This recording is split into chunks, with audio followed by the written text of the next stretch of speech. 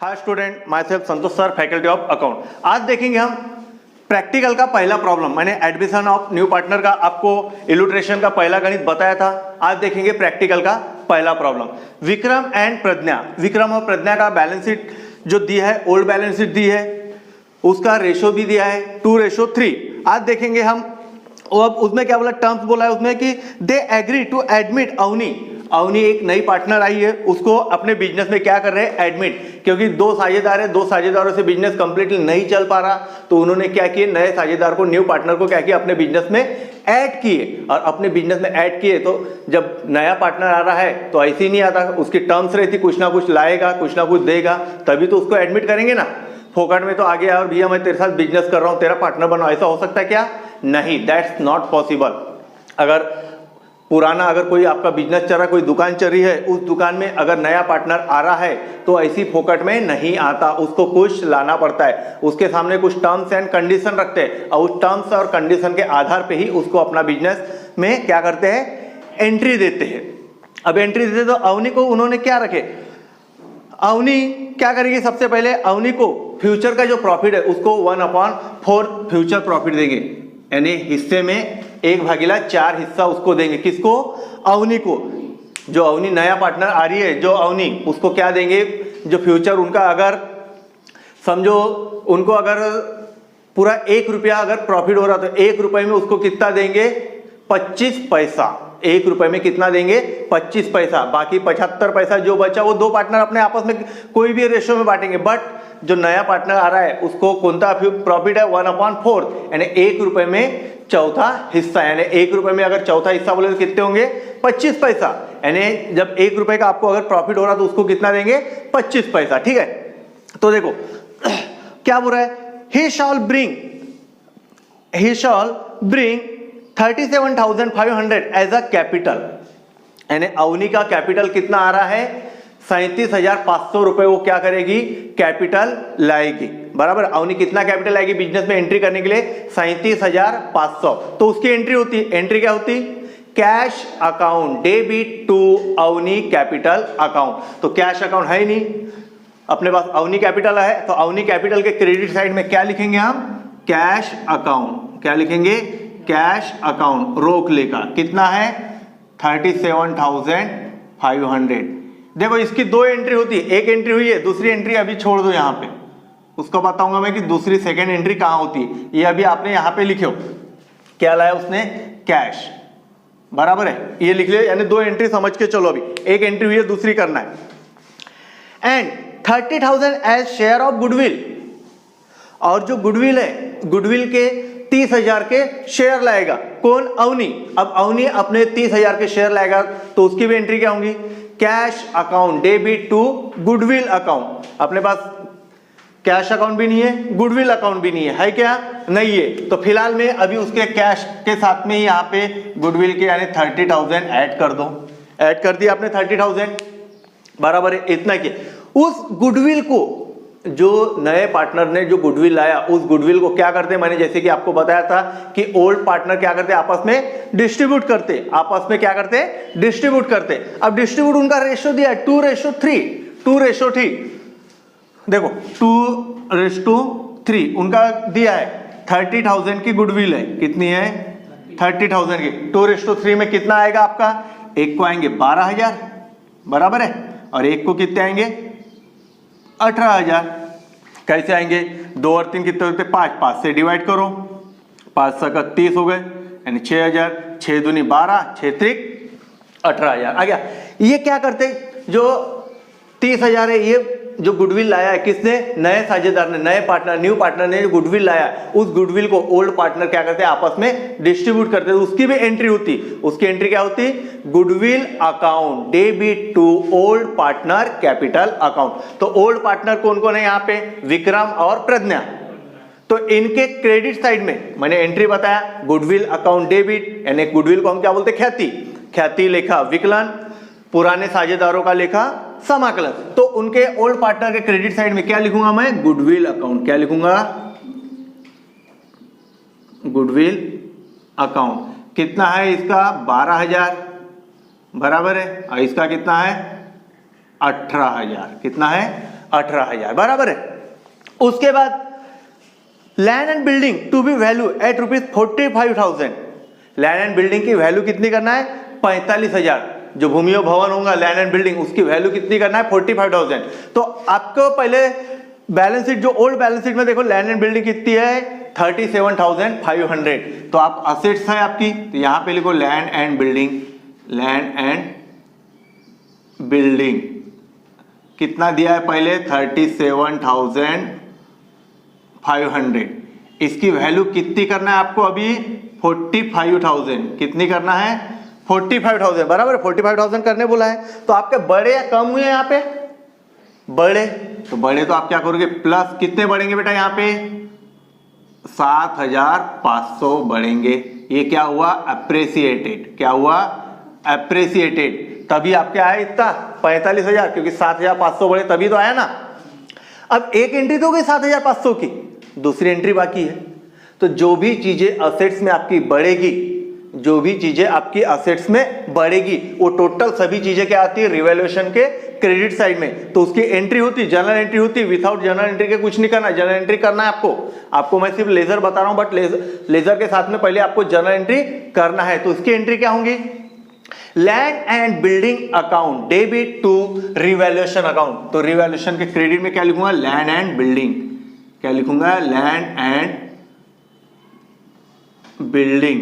कितना बड़ा यहां पे? 7,500। जो बड़ा वो लिख लिया हमने, ठीक है। यानी ये बड़ा देखो, जो भी चीजें असेट्स में बढ़ेगी वो सभी चीजें रिवैल्यूएशन के कहां आएगी? क्रेडिट साइड में, ठीक है। ये हुआ। उसके बाद and furniture to be depreciated by 10%। Furniture पे 10% ऑक्शन लगाना है। तो फर्नीचर भी आपकी क्या है? असेट।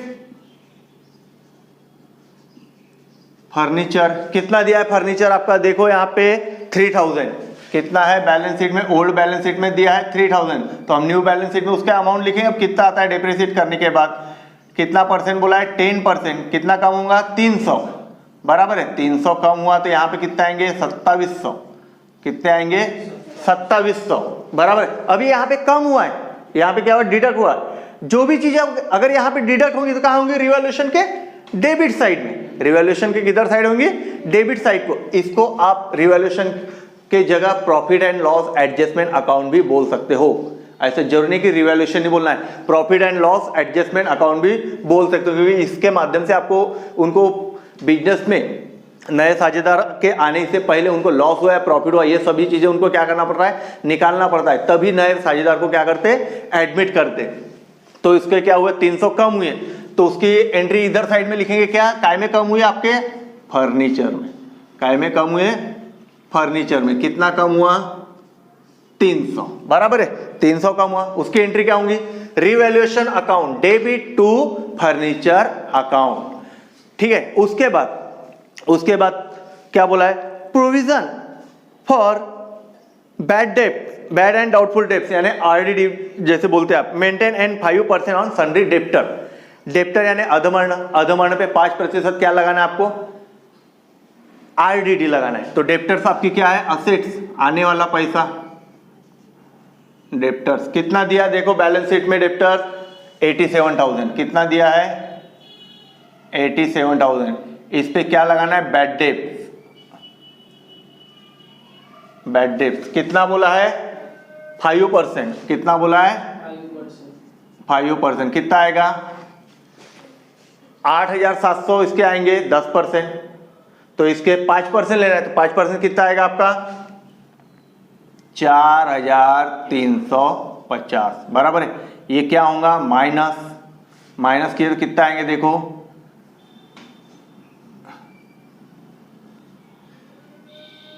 82,650, बराबर है।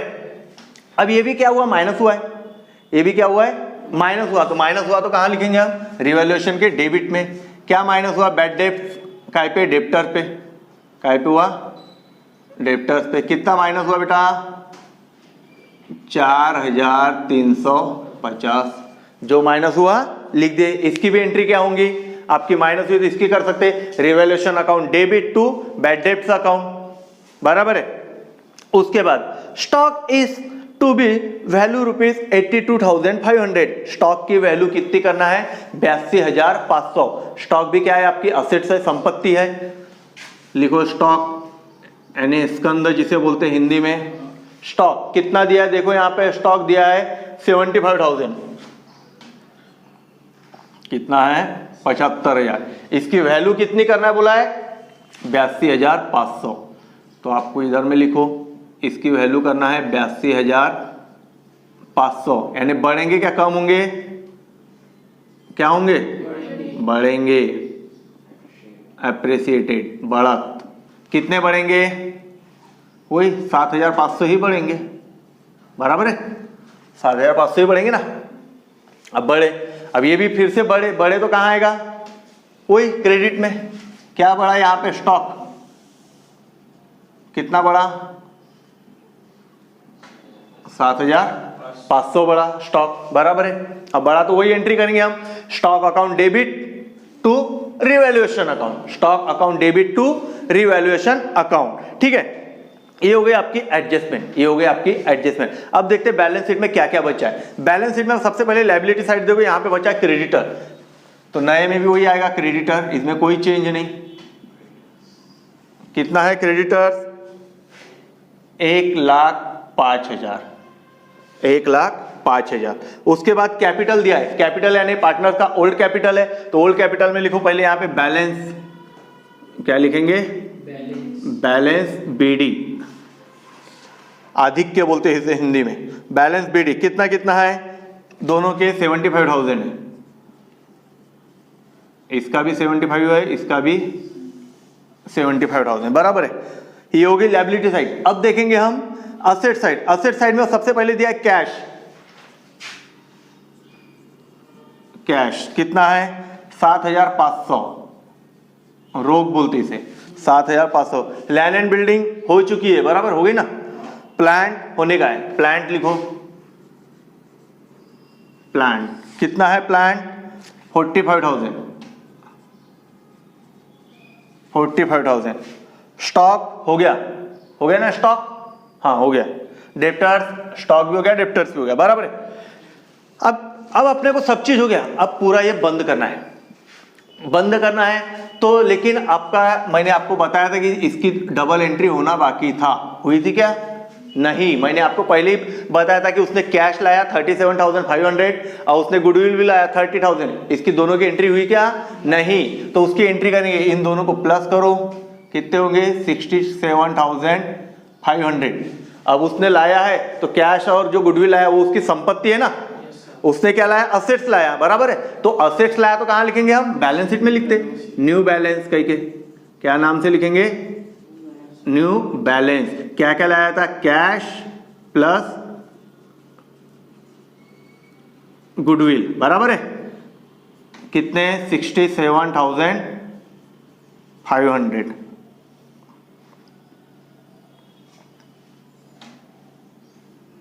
67,500, बराबर है। इतने आए थे। अब इसको बंद करते, देखो अब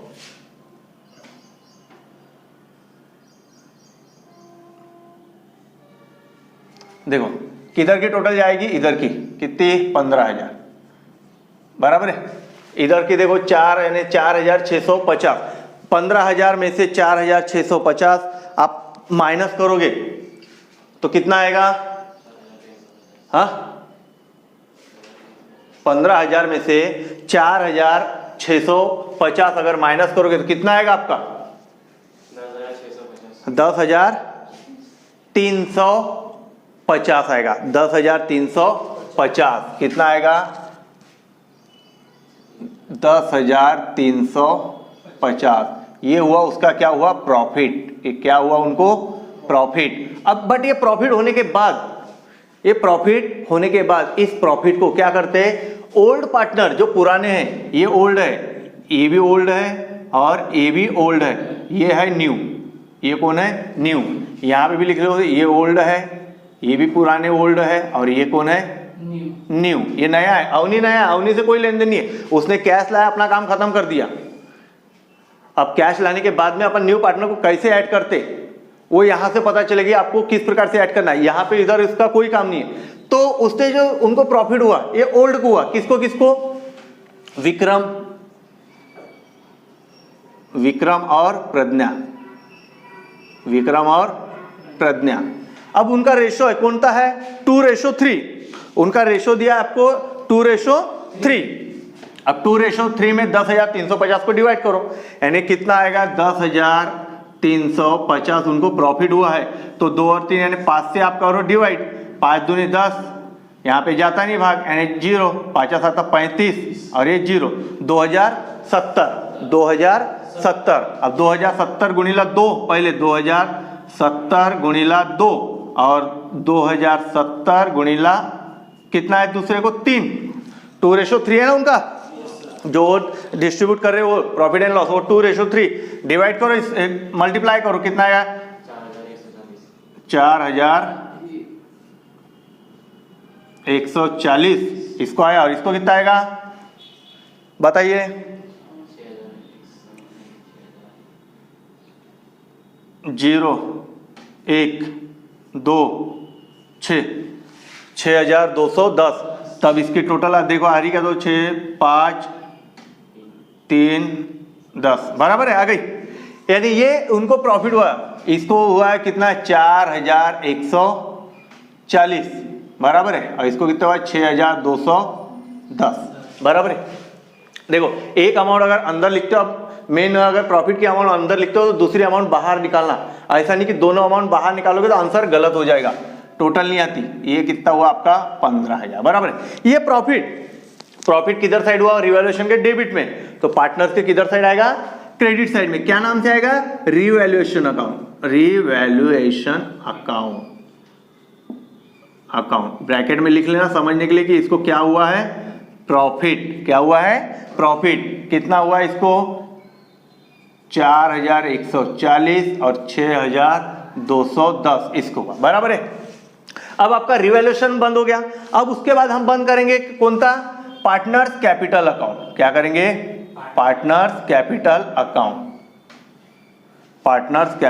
अकाउंट अब बंद करेंगे। तो देखते हैं पार्टनर्स कैपिटल अकाउंट बंद करने पर क्या होता है। इधर की हमेशा टोटल ज्यादा आएगी, देखो इसका है 37,500, इसका आ गया। इसको टोटल करो कितना 210, 8 5 13 और 6 19 की 9, 8 की 1 7 1 8 और 1 9, इसकी टोटल करो ये 140, 5 4 9, नहीं गड़बड़ हुआ, 5 4 9 और 1 2 11 की 1, हाथ के 1 7 1 8 और 1 9, यानी 91,140। तो सेम वैसे ही लिखो 91,140, इसका है 99,210 बराबर है, इसका है 37,500। ये होता है आपका बैलेंस सीडी, यानी नई जो अमाउंट आएगी बैलेंस वो, इसको जैसे का वैसे 91,140, 99,210, 37,500। ये नया पार्टनर अब ऐड हो गया। अब नया पार्टनर क्या हुआ, ऐड हुआ। अब ऐड होने के बाद ये अमाउंट उनके जो नए पार्टनर, आप देखेंगे ओल्ड बैलेंस शीट में भी लायबिलिटी साइड में कैपिटल दिखा है। आप ओल्ड बैलेंस शीट में भी देखो कि जो कैपिटल है पार्टनर्स के कैपिटल है वो कहाँ है, लायबिलिटी साइड में। तो आपको यहाँ पे भी लायबिलिटी साइड में लिखना पड़ेगा न्यू कैपिटल। क्या लिखना पड़ेगा, न्यू कैपिटल, नया पूंजी। कौन कौन है नाम, अब यहाँ पहले वहां पे न्यू ओल्ड बैलेंस शीट में 2 ही पार्टनर थे, अब तीनों के आएंगे। कौन कौन है, पहला विक्रम, उसके बाद प्रज्ञा भी है और अवनी है बराबर है। अब इनके अमाउंट लिखो 91,140, इसका कितना है 99,210 और इसका कितना है 37,500 बराबर है। ये लिखने के बाद ये अमाउंट को आपको ट्रांसफर कहाँ करना है, बाहर में। ये अमाउंट को टोटल पूरी ट्रांसफर कहाँ करना है, अमाउंट के कॉलम में। देखो कितने आ रहे हैं, 50 आया, 2 1 3 5 8 बराबर है, 9 9 हाँ 1 9 और 7 कितने हो गए 16 और 1 17 के 7, हाथ का 1, 9 9 18 और 3 21 और 1 कितने होंगे 22, यानी 2,27,850। अब आप इधर की दोनों साइड की टोटल देखो, अगर सेम आती है बैलेंस शीट में अब देखना है कि दोनों की टोटल अगर सेम आती है तो आपका गणित बराबर है, अन्यथा गलत है। देखते हैं, ये 850 आ गए। चौथे में 5 और 5 7 12 की 2, हाथ का 1 0 और 2 यानी 3, 2 और 1 3, 3,32,850, 3,32,850। इधर साइड की देखो टोटल आती है क्या उतनी, 50 तो आ गए। 7 7 6 13, 13 और 5 18, 18 5 23, 23 5 28, 28 के 8, हाथ के 2। चौथे नंबर पे आओ, 5 और 2 7, 7 और 2 9, 9 और 2 11, 11 और 7 18, 18 और 5 23, 23 और 7 कितने होते, हाँ 30, और हाथ के 2 यानी 32 के 2, हाथ के कितने आएंगे 3, बराबर है। अब 5वें नंबर पे आओ, 4 बराबर है, 4 और 8 12, 12 8 20, 20 और 4 24 और 6 30 और हाथ के 3 यानी कितने हुए 33। आ गए क्या? बैलेंस शीट की देखो दोनों साइड की टोटल क्या आ गई, इक्वल आ गई, यानी आपका गणित बराबर है। लेकिन आप बोलोगे सर कैपिटल की जो आई उनकी न्यू बैलेंस वो गलत है। कैपिटल में देखोगे उनके क्वेश्चन जो आपको दिया होगा वहीं पे इसका अमाउंट अलग है, इसका अमाउंट अलग है, तो वो होता है न्यू प्रॉफिट शेयरिंग। लेकिन यहां पे जो बोला है आपको, एक बोला था नीचे में कि the capital account of all partner to be adjust in their new profit and losses. हमने new profit and sharing losses नहीं निकाले, जो मैंने फॉर्मूला आपको बताया था उस फॉर्मूले के आधार पे था, बट नहीं निकाले तो भी आपकी अदर बैलेंस शीट की टोटल सेम आ रही है, तो आपको यानी ये नया निकालने की कोई जरूरत नहीं है। उतना ही कुछ ज्यादा देखते नहीं कि आपको न्यू प्रॉफिट शेयरिंग रेशियो में निकालना है या नहीं निकालना। आप ओल्ड वाले रेशियो में भी अगर निकाले तो भी आपको फुल टू मार्क मिलते हैं, मार्क में यहाँ पे कमी नहीं होती। सिर्फ आपकी बैलेंस शीट की जो न्यू बैलेंस शीट आती है, न्यू बैलेंस शीट की टोटल सेम आना चाहिए, आपका प्रॉफिट इक्वल निकलना है, जो प्रॉफिट आपका निकलता है उतना ही प्रॉफिट निकलना चाहिए, प्रॉफिट हो या लॉस वो उतना ही आना चाहिए। और आपकी बैलेंस शीट की टोटल यदि सेम आती है तो आपका गणित कैसा होता है, बराबर होता है। आपका ये नहीं देखा जाता कि आपके जो कैपिटल है तो कम आई या ज्यादा आई, वो कम ज्यादा इसलिए होती है कि न्यू प्रॉफिट शेयरिंग रेशियो में अगर निकालने बोला तो उसमें निकालना। लेकिन क्या होता है कि न्यू प्रॉफिट शेयरिंग रेशियो के चक्कर में हम क्या करते हैं, निकालने तो जाते हैं लेकिन गड़बड़ हो जाता है, फिर आपका आंसर कैसा होता है, सॉल्व नहीं होता, बराबर आता नहीं, फिर आप उसी में कंफ्यूजन होते हैं। इसलिए जो आपका रूटीन चालू रहता है ओल्ड रेशियो उसी के हिसाब से निकालो, सिर्फ इतना ही कंफ्यूजन है। न्यू कैपिटल जो निकलता है उसको लोन अकाउंट में ट्रांसफर करो, तो आपको क्या करना पड़ता है, न्यू प्रॉफिट लेके यहाँ पे सिर्फ लोन अकाउंट लिखना पड़ता है, और अमाउंट में से आपको लोन अकाउंट जैसे बोला तो लोन अकाउंट में जितना परसेंट बोला उतना लोन अकाउंट, सेम लायबिलिटी में ही लिखना है, आपको इधर उधर कहीं नहीं निकालना है। ओके ठीक है।